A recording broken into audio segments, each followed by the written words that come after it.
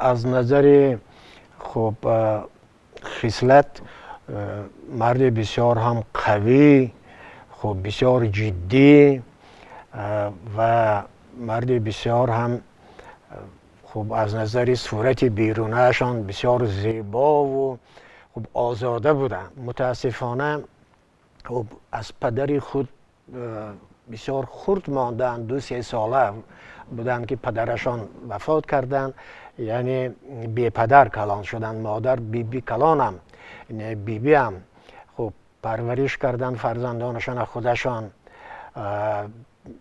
خب بنابر همین از جوانی به مهنت خب سخت و خب کشیدن بار روزگار خب عادت کرده بودند.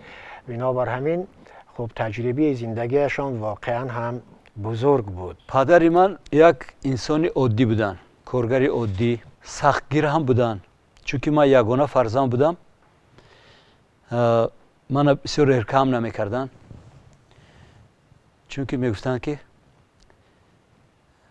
آدم شو. و حتی در مکتب با استادای که با من درس میگفتن میگفت که خیلی که میتوانید این فرزند من اجازاتی آدم شود، تربیه گیرد.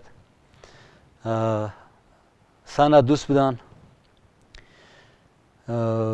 زنده دل بودن، چخچخی بودن.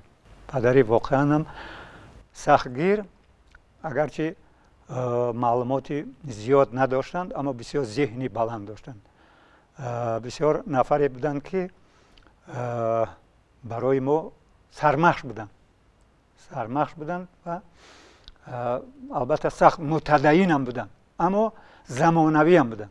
یعنی یک پدری بودند که در زندگی ما، در اون چیزهایی که من شاید در طول این 70 سال دارم اگر به دست آوردم، حصه پدرمون خیلی بزرگ است. غنیمت هر نفس وصلی پدر دان، که فردا بینگری بالای سر نیست.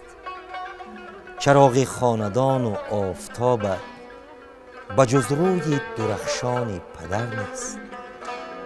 به طفلی بوده در روی دستش، به پیریش کنون بالای سر گیر.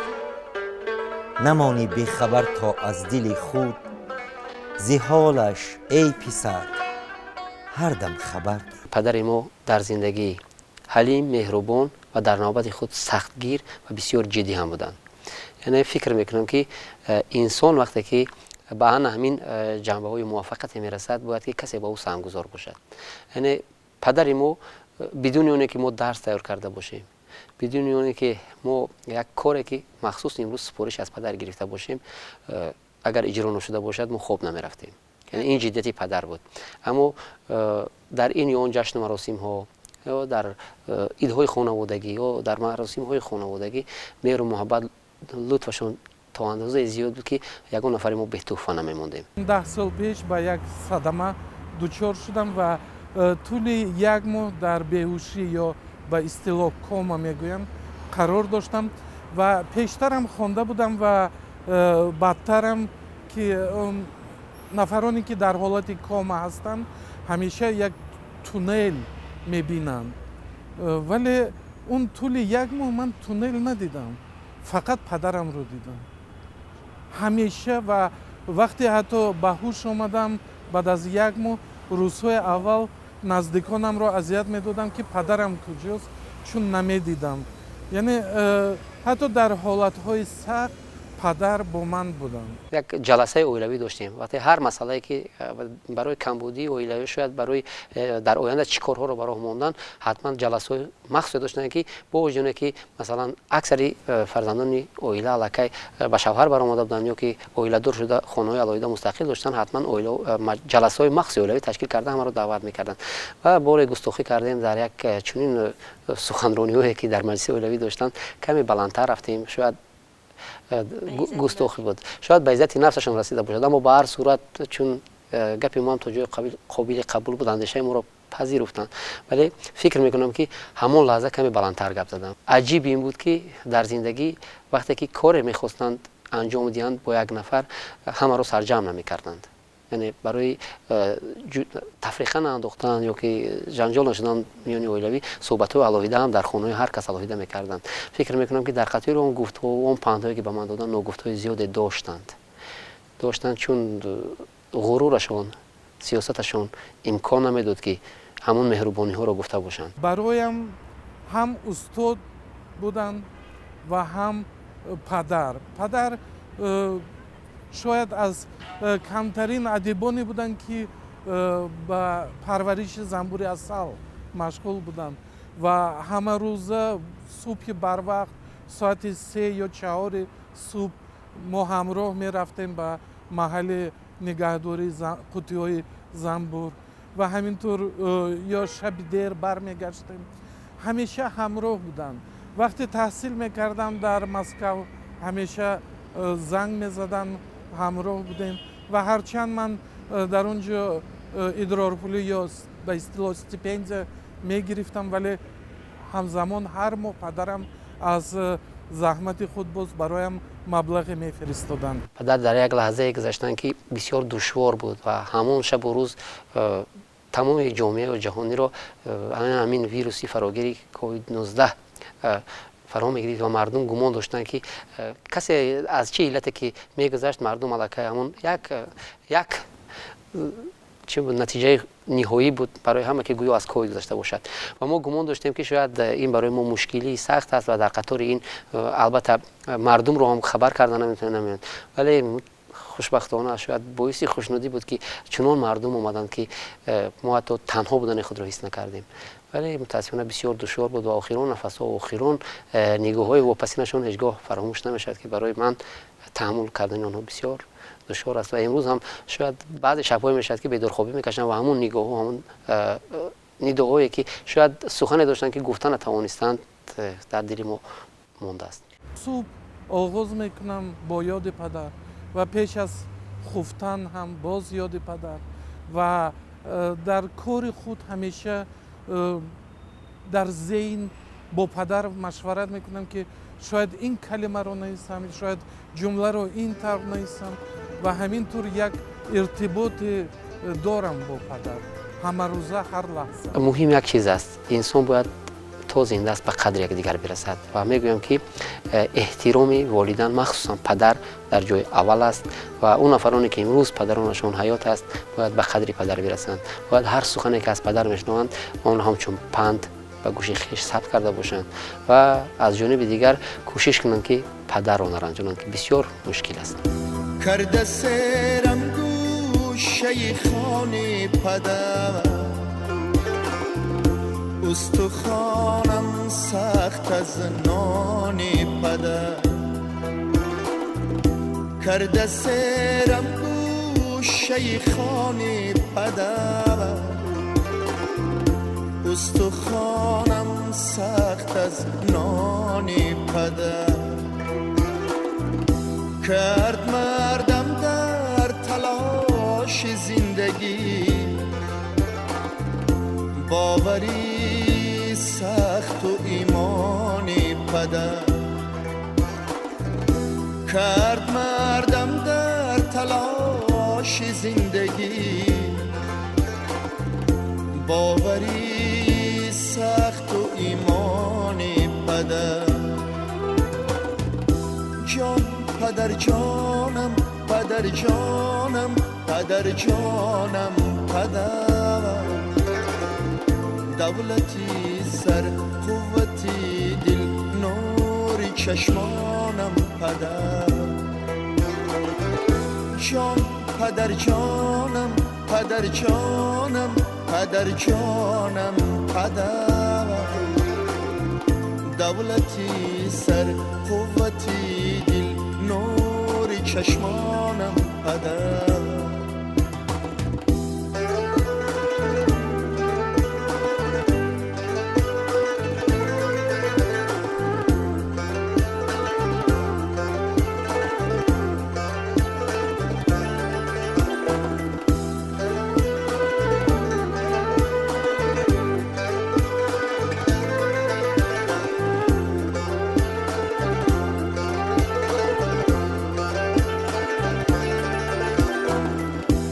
بر دماغم رسد بوی بهشت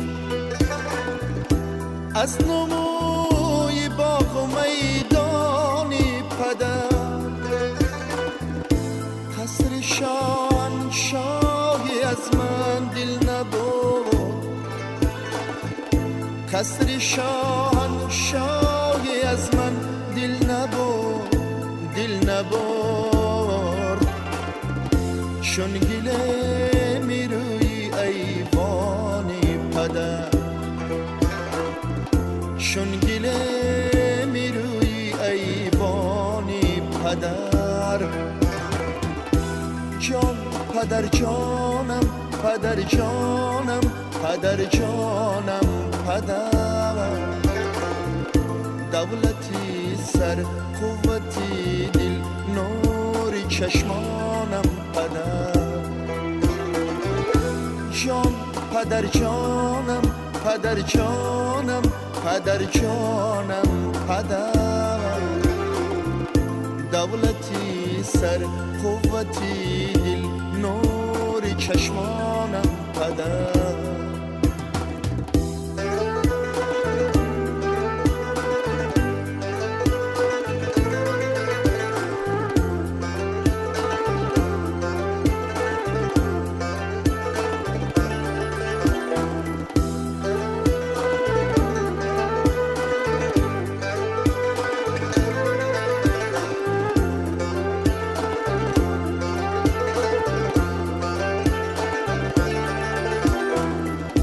گرچه در دنیا نمی گنجم دیگر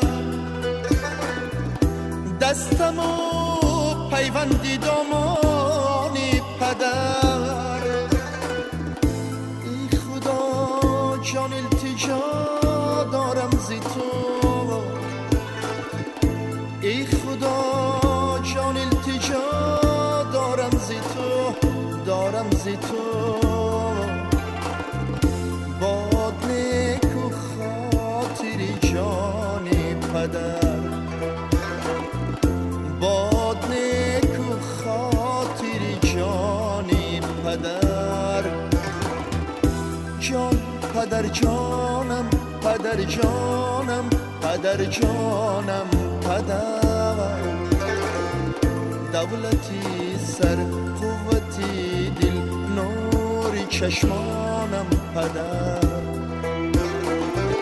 جان پدر جانم پدر جانم پدر جانم پدر دولتی سر قوتی دل نوری چشمانم پدر دولتی سر قوتی دل نوری چشمانم پدر شکر میگویم که امروز پدرمون در سری ما سایبان هستند و پدر من یک عمر آموزگار بودند و آموزگاری بودند که واقعا هم پدر مهربان، پدر غمگسار، پدری که از هر یک نفسی کشیده ما آگاه بودند و هستند و تا به امروز و پدری بودند که خیلی و بگویم که به نهایت سختگیر و همین شد که من میان فرزندان بعدا خودم گمان میکنم که من یگانه فرزندی هستم که به آنها بسیار مانندم، هم ظاهرا هم باطنا، چون که پدر من یک نفری هستند که بسیار حقیقت جو، هرگز آنها حرف دروغ نمیپسندند و هرگز یعنی نفری را که دروغ میگوید قبول ندارند. پدری ما қаландарзода муқим тӯли 40 соли фаъолияти кори худашро барои ҳамин давлат то ҳоло якам 70 даромадааст, то ҳоло кор карда истодааст. инсоне ҳаст ки мушфиқ аст, инсоне ҳаст ки раҳим аст, инсоне ҳаст ки қиблагоҳи мо дар ҳақиқат ҳаст. падари мо як шахсияте аст ки овони кӯдакии худро дар интернат гузарондааст. дар интернат гузарондааст. бале, фарзанди ватан аст. он чизе ки барои мо падармон кардааст, ман худам باوری کامل دارم که من با فرزندم کردن نمیتوانم. من وقتی که همچون آموزگار فعالیت آغاز کردم یک گپ گفتن گوش کن گفت دخترم من از یک خواهش دارم گفت اگر معلم شدنی هستی به چشم بچه مردم خاک نپوش لیکن اگر که همین کار میکردگی باشی بهتر است که معلم نشو و تا امروز این یک حلقه در گوشی من است و من تا امروز از همین حرف بیرون نرفتم. پدرم تا حال با خانه من میآید عموما میگن یگام چی شما من با لازم نیست بچم عموما یگام چی لازم نیست همین زندگی شما خوب باشد ان همین دولتی من است. سخنهای پدرم همین است. توی همین سالها همین قدر اندیشه کردم که ما هرگز نمیتوانیم همچون یک فرزند اون مهنت اون زحمت اون دوستداری و غمخوری و مهربانی که پدر برای ما میکند یا مادر میکند ما هرگز حتی یک ذره اون رو برگردوندن نمیتوانیم. پدر عجب چیزی هست. مثلا من همگی وقتی که احساس کردم که حضور دارم هستم همه زمان پیش از آن که بیگاهی ها خواب می رفتم هیچگاه خوابم نمی آمد اگر پشت و کنار پدرم آغوش نمی کردم. یعنی یک بیماری داشتم تا وقتی که مثلا پشت پدرم آغوش نمی کردم خوابم نمی برد. شاید چند لحظه باید پشت پدرم آغوش می کردم که خوابم می برد. حتما بعد من پگاهی صبح خودم در جاگه خودم می افتم اما هر شب کارم این بود. من چرا اینو به یاد میارم؟ این موضوع خیلی خیلی موضوع ایجادی است. آغوش میکردم به کتفای پدرم نمیرسید. یعنی من خیلی کوچک بودم، معده بودم و پدرم خیلی بزرگ بود اما به دقت حاضرین میرسانم که جثه پدرم از جثه من بزرگتر نبود.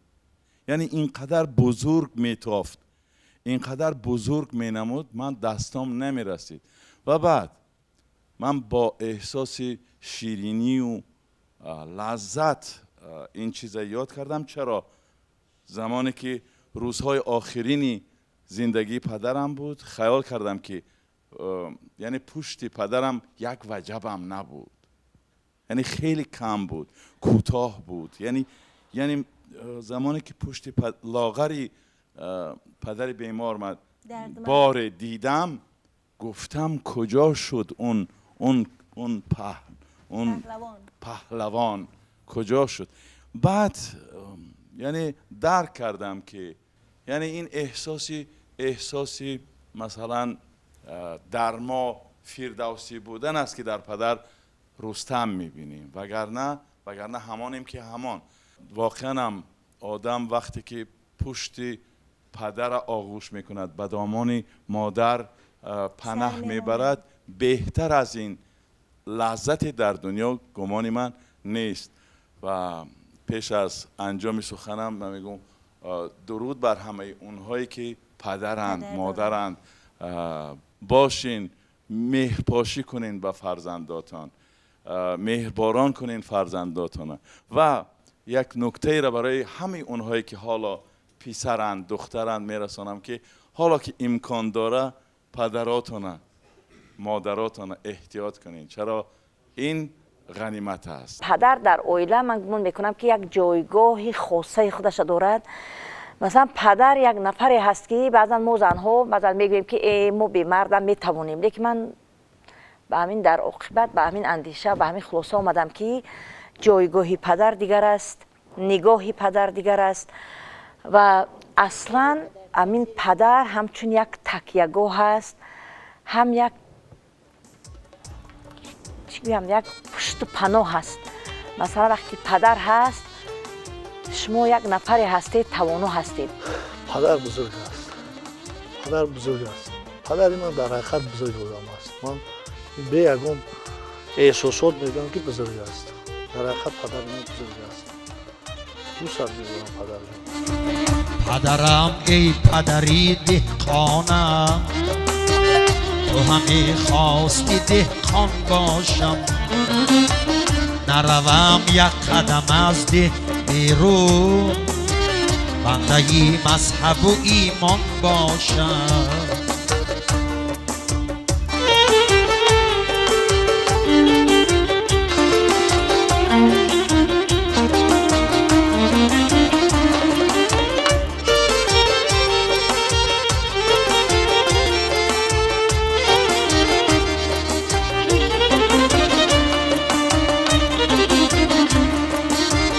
تو همه خواستی قرآن خوانم که از او معرفت بالا نیست.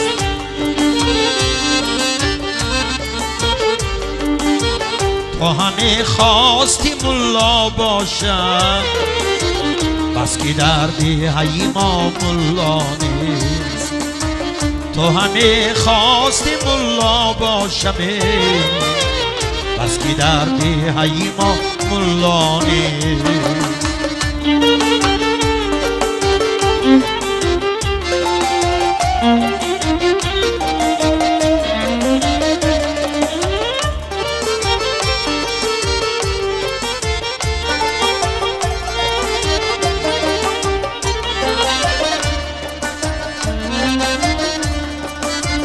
پدرم باز ببخشا بر من گر نمانندی تو من دهقانم.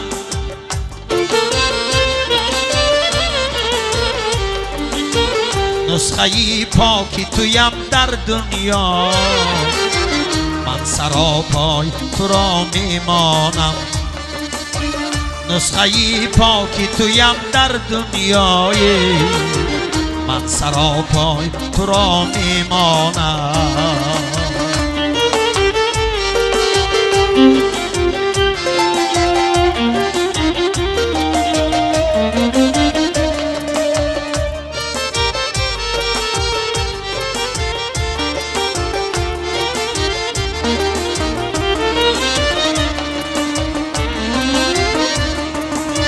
شاعری هم به مثل دهقانی است، شعر بنیادی همه مسند هاست.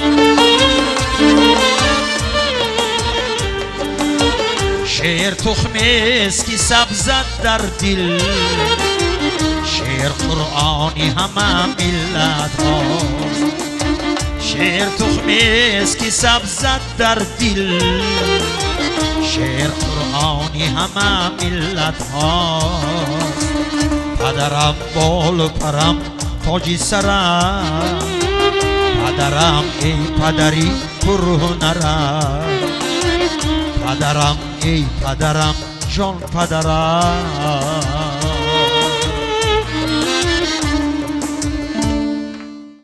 همه پندها بشنو از پدر، همه پاک پوش و همه پاک خور، همه پندها یاد گیر از پدر. ز فرزند باشد پدر شاد دل، ز غمها بدو آ. ز فرزند باشد پدر شاد دل، ز غمها بدو دارد آزاد دل. پدر برای ما از همون زمانی که خب ما خود را شناختیم و به مکتب می رفتیم، این پدر سختگیر راه کتابخوانی را به ما نشان دادن. ما از کتابخانه مکتب کتاب می گرفتیم، وقتی که می آوردیم می خوندیم بسیار با شوق. کتابای صورتدار دوست می داشتیم در اون زمان و البته در خانه افسانه های خلق تاجیک، هزار یک شب، اینا را بارها کریم دیوانه در همون زمان ما چاپ شدگی بود، می خوندیم، از یاد کردگی بودیم. اما وقتی که کتابا را می خوندیم اونا وای می کردن سخت که فقط روی که مضمونشون را نقل کنید. یعنی هدایتگری ما در ماورای زندگی بودن. تصور میکنید مثل اینکه در 35 سالگیشان آخرین سالهایی که به دانشگاه قبول میکنند واردی دانشگاه شده شعبه تاریخ تمام کرده بودند. تا اون وقت البته خب زندگی کردن، آیله دار شدن، خانه ساختند و خب همه اسباب انجام روزگارشون مهیا کردن، لیکن در اون سرسفیدی واردی دانشگاه شدن. من هم دانشجو بودم، پدرم هم در خوجند دانشجو بودن. یعنی به قدر علم و هنر بسیار خوب نغز می رسیدن. و ببینید وقتی ما مثلا جوان ها که خب از جمله من که به شعر شوق داشتم در دوره دانشجویی و آینده خب همین پیشه گرفتنی بودم و وقتی که به من پیشنهاد کردن که وارد اسپیرانتور میشوی، آینده میخوانی نمیخوانی، استاد شریف جان حسین زاده، من دو دل بودم که به اسپیرانتور درایم یا ندرایم، چون که گپ راستش بگویم اگر شاعران در جوانیشان یک اندازه ناپسندانه به علم مناسبت دارند. خب این در بین شاعری یک چیزی معمولی است. وقتی که بعد کلانتر میشون و میفهمند که علم چی است و واقعا در اون حالت احترامشان زیاد میشود و به این چیز مشغول میشوند. شاید در دوره جوانی ما هم شاید همین گونه یک روحیه بین شاعرای جوان بود. بنابراین من اونقدر خواهشم نداشتم. بعد به پدرم این پیشنهاد گفتم که استادی من به من پیشنهاد کرده که وارد اسپیرانتور شوم. پدرم همون زمان گفتن که توی میگوین که علم خوان، تو با در این باره فکر میکنی؟ بی یگان فکر رفت داخل شو، هیچ جایی فکر نیست. ببینید تجربه زندگی این چیز میگوید و امروز که من که مثلا به قول گپا به از سن پدرم هم گذاشتم، متاسفانه ایشان بر وقت گذاشتن، میفهمم که تا چه اندازه مسئولیتی درست داده بودند. افسوس که با پدر خدمتمون کرده نتوانستیم به طور میخواستگی. همین قدرش تسلی میدهد که پدرم میگفتن که بچه‌م ما از تو روزیم. پدری خوش نظرم، همیشه در نظرم، پند و حکمت‌هایشان امروز هم راهنمای زندگیم. پدرم میگفتن که فرزندان عزیزم تنها با مهنت آبرومند می شوید و بسیار فروتن باشید، تحمل پذیر باشید، کوشش کنید که دل را به دست بیارید. می گفتند که کتاب خوانید، با کتاب چون دوستی قرین به سفر برآمدن ممکن است. با کتاب در منزل ارسطو و افلاطون مقام کردن ممکن است. با کتاب از حکمت ابو علی ابن سینا و سیدای نصفی و ناصر خسرو و استاد میرزا ترسونزاده برخوردار شدن ممکن است. بار پدرم کتاب میرزا ترسونزاده که از اثرهای ترجمه‌ایشان بود، کتاب اشعار شاعر خیلی دلپذیر تاجیکان ایرج میرزا را ترجمه کرده بودند و پدرم آن را دانه دانه خیلی عارفانه خوانده تاکید کردند که فرزندان عزیز، دعای مادر اگر دعای بد باشد شیر سفیدش پیش راهی همون کاری که دعا کرده است میگیرد. اگر مبادا پدر از کاری فرزند ناراضی باشد، یگان طاعت و عبادت، روزه و نماز، یگان کاری خیرش پیش دعای پدر را گرفته نمیتواند. میخواهم جوانان امروز از جهت سیاستمداری با قدرت باشند، خیلی خیلی مسئولیت شناس و عهده‌برا و با تحمل باشند. اگر حضرت نوح پیغمبر در 1000 سال یک طوفان را دیده باشد، امروز زمان پیشرفته ما در یک روز 1000 طوفان را پیش نظر جلوگر کرده ایستاده است. از این خاطر جوانان باید خیلی مسئولیت شناس، سیاستمدار باشند و خویشتن شناس باشند و این جوانی و این زیبایی خود را چون جوان مردا جوان مردی بیاموز، زی مردان جهان مردی بیاموز. چون شیر مردانی سربلند تاجیک میان مرد میدان نبرد هستی همیشه غالب باشند، سربلند باشند، سرفراز باشند. قبلگاه خود پدری ارجمند خود را دعاش را بگیرند تا راهشان همیشه کشاده و فراخ باشد. پدر با پسر گفت بقا که تو آدم نشوی جان پدر، حیف آن عمر که ای بی سر و پا در راه تربیتت کردم سر. دل فرزند از این حرف شکست، بیخبر از پدرش کرد سفر. رنج بسیار کشید و پس از آن زندگی گشت به کامش چو شکر. عاقبت شهرت و والایی یافت، حاکمی شهر شد و صاحب زر. چند وقت بگذشت و پس از آن امر فرمود به احضار پدر. پدرش آمده از راهی دراز، نزد حاکم شد و بشناخت پسر.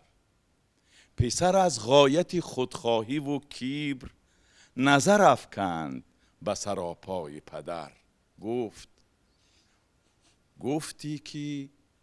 گفتی که آدم نشوی، تو کنون حشمت و جاهم بنگر. پیر خندید و سرش داد تکان، گفت این نکته برون شد از در. من نگفتم که تو حاکم نشوی، گفتم آدم نشوی جان پدر. پدران پشت و پناه پسران،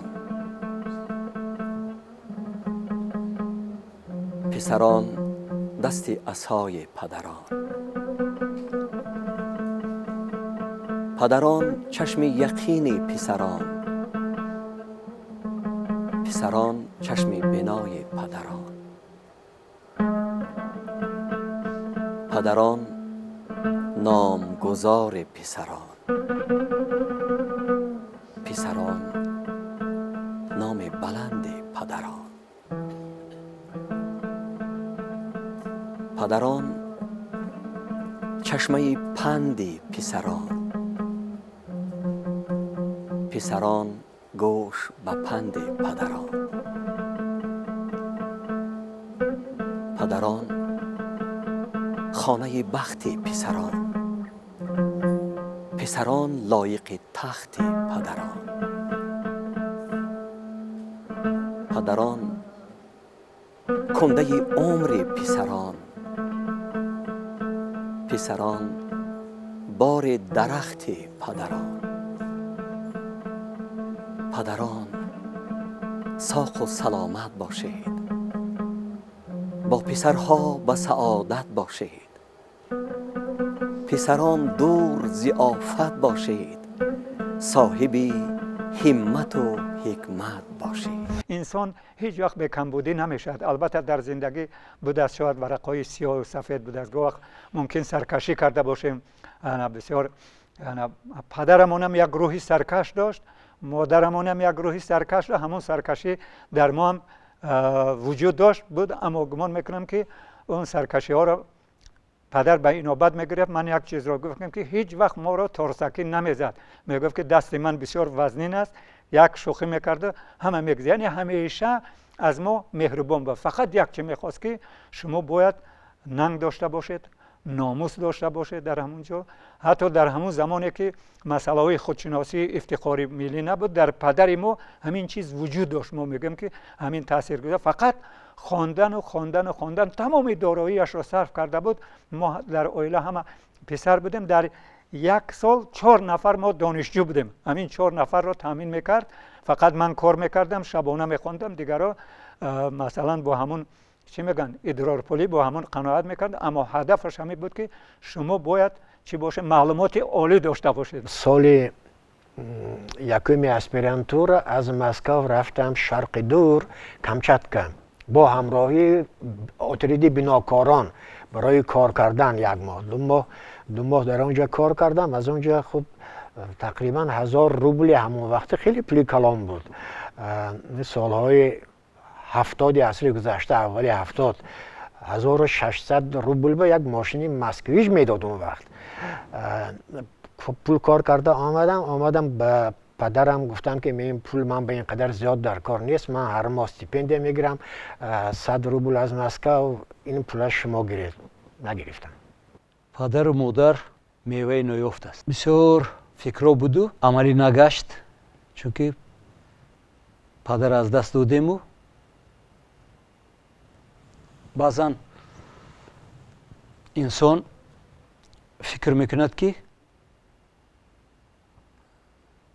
ولی وقت است، لیکن شتاب کردن در کار بوده است. در مهربانی نسبت والدین شتاب کردن در کار بوده است. پدرم مادرم هم از من راضی از دنیا گذشتن، لیکن من از خودم راضی نیستم. این حرفها را هر روز تکرار میکنن که به قدر پدر و مادر باید رسید و از این بالاتر چیزی گفتن امکانم ندارد و منم میگویم که تا اون وقتی که پدر و مادر زنده هستند به قدرشان باید رسید. ای پدر جانم سخنهای تو در یادی من است، هم به عقل و هوش و گوشم پند و استادی من است. راهنمایی های جان بخشی تو ارشادی من است. از تو در این عالمی ایجاد بنیادی من است. کعبه مقصودی من ای قبلگاهی مهربان، مسکنت بادا همیشه در بهشتی جاویدان.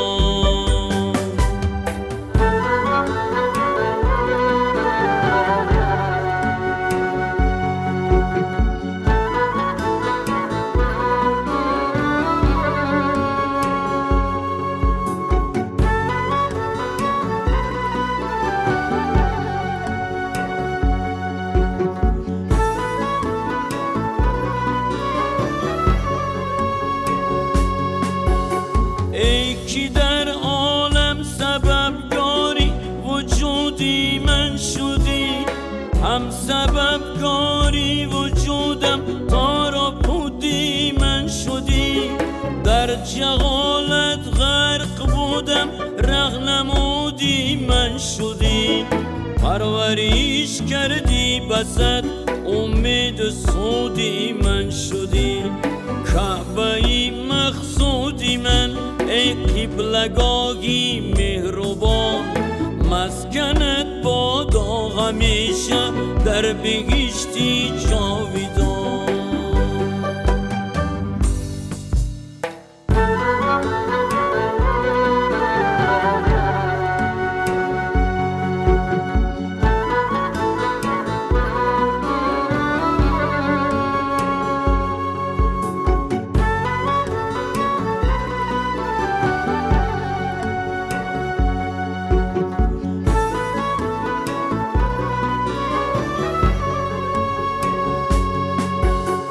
در حیاتت قیمت و قدری تو را نشناختم. خاکی پایت را به چشمم توتیا می ساختم. در قدومت پرده های دیدم می انداختم. جان شیرین را به الفاظی خوشت می باختم. کعبه مقصودی من ای قبلگاهی مهربان، مسکنت بادا همیشه در بهشتی جاویدان.